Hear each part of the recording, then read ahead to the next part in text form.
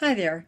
As we begin week 3 of the course, I wanted to just clarify a few things that have confused people in the past in this course.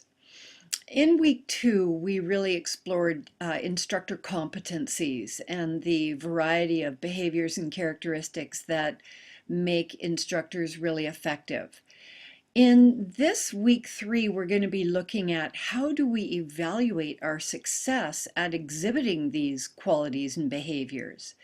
And a lot of that is from student questionnaires, but also it can come from peer coaching and supervisors evaluating us and self-evaluation.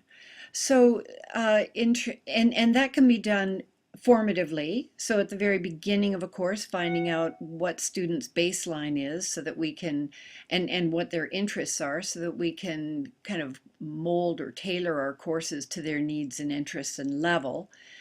But then also to measure along the way in a formative manner how students are responding to the way that we're teaching the course. So that's all formative evaluation, and summative evaluation is at the very end. So one of the things that confuses people is the idea of student questionnaires and the confusion between what exactly are we measuring? Student learning achievement? No, that's not the topic of this course. Student learning achievement is a component of measuring the success of our instruction. Of course, the more successful our students are, to some degree, we can take credit for that, and it's a measure of our success.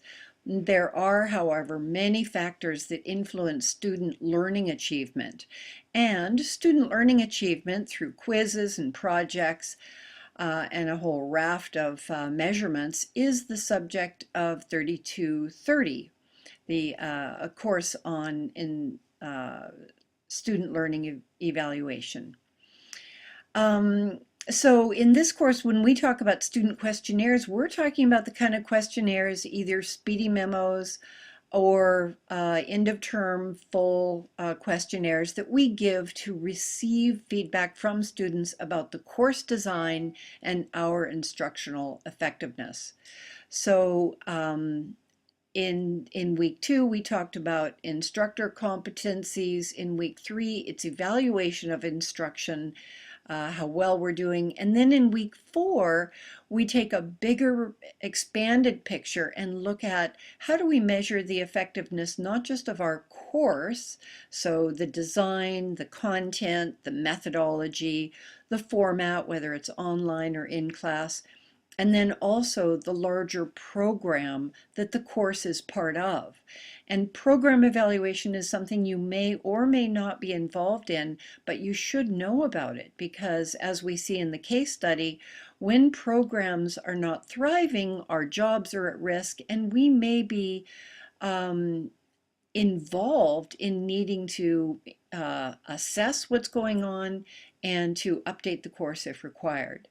So hopefully that clarifies kind of how we're building here from competencies to evaluating instruction to evaluating programs and the distinction between formative and summative. So I hope that helps and have a great week ahead. Bye now.